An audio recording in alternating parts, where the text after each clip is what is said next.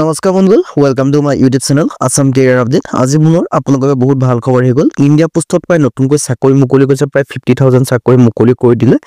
10 পাছ 12 পাছ graduation সকলোৱে ভেকেঞ্চিখিনিৰ কাৰণে আবেদনসমূহ কৰি ল'ব পাৰিব। কেনেদৰে আবেদনসমূহ কৰিব পাৰিব, চাকৰিখিনি কি হয়, এই সকলোখিনি কথা এই ভিডিঅ' যোগে আলোচনা কৰিব পাৰোঁ। যদি ভিডিঅ'টো ভাল হয় ভিডিঅ' লাইক কৰিব পাৰে, লগতে চেনেলটো ছাবস্ক্ৰাইব কৰিব পাৰে। এনেকুৱা ধৰণৰ ভিডিঅ'সমূহ প্ৰতিদিনে পাই থাকিব পাৰে।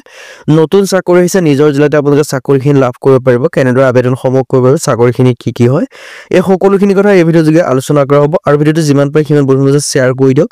আৰু যদি আপোনালোকে মিনিমাম 10 পাছ কৰিছে, ভেকেঞ্চিখিনিৰ কাৰণে আবেদনসমূহ কৰি ল'ব পাৰিব।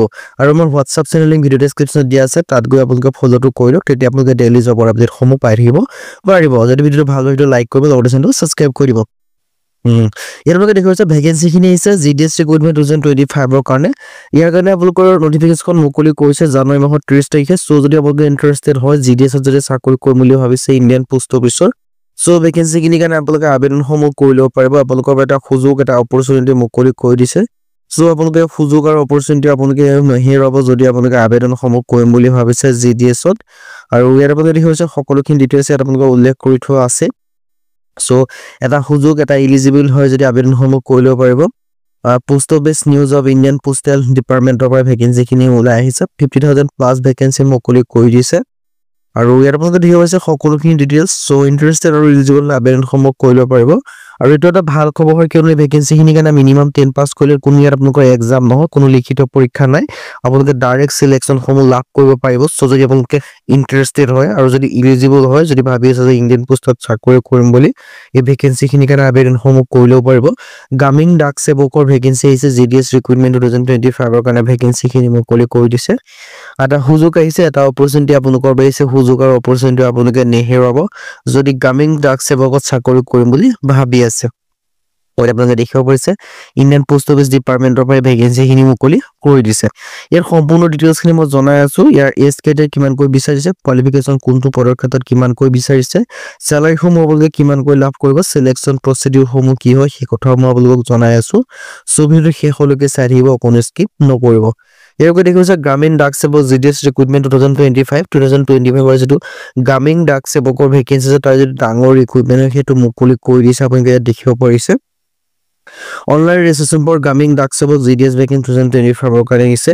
ইয়াকে দেখিছে ৰিক্ৰুটমেণ্ট এণ্ড মিনিষ্ট্ৰী অফ কমিউনিকেশ্যনৰ ফালৰ পৰা আছে, ইণ্ডিয়ান পোষ্ট অফিচৰ ফালৰ পৰা GDS ৰিক্ৰুটমেণ্ট 2025 ডিপাৰ্টমেণ্ট দেখিছে ইণ্ডিয়ান পোষ্ট অফিচ হয়। পোষ্ট নেম আছে গ্ৰামীণ ডাক সেৱক GDSৰ ভেকেঞ্চি। টোটেল ভেকেঞ্চি আছে 50,000 প্লাছ। ৱৰ্কখিনি আপোনালোকে দেখিছে, এপ্লিকেশ্যন ফিজটো দেখিব পাৰিছে।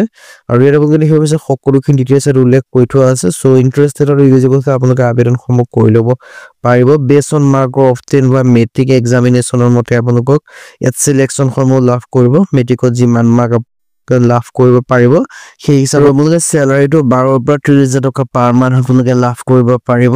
চ' ইণ্টাৰেষ্টেড আৰু ইলিজিবল হ'লে আপোনালোকে ভেকেঞ্চিকেইটাৰ কাৰণে আবেদনসমূহ যদি কৰিম বুলি ভাবিছে, আপোনালোকে ভেকেঞ্চিকেইটাৰ কাৰণে আবেদনসমূহ কৰি ল'ব পাৰিব। এপ্লিকেশ্যন ফিজৰ ক্ষেত্ৰত ইয়াৰ কাৰণে জেনেৰেল OBC কাৰণে 100 টকাকৈ, বাকী কোনো এপ্লিকেশ্যন ফিজ দিয়াৰ প্ৰয়োজন নাই। চ' ইণ্টাৰেষ্টেড হ'লে আবেদনসমূহ কৰি ল'ব পাৰিব।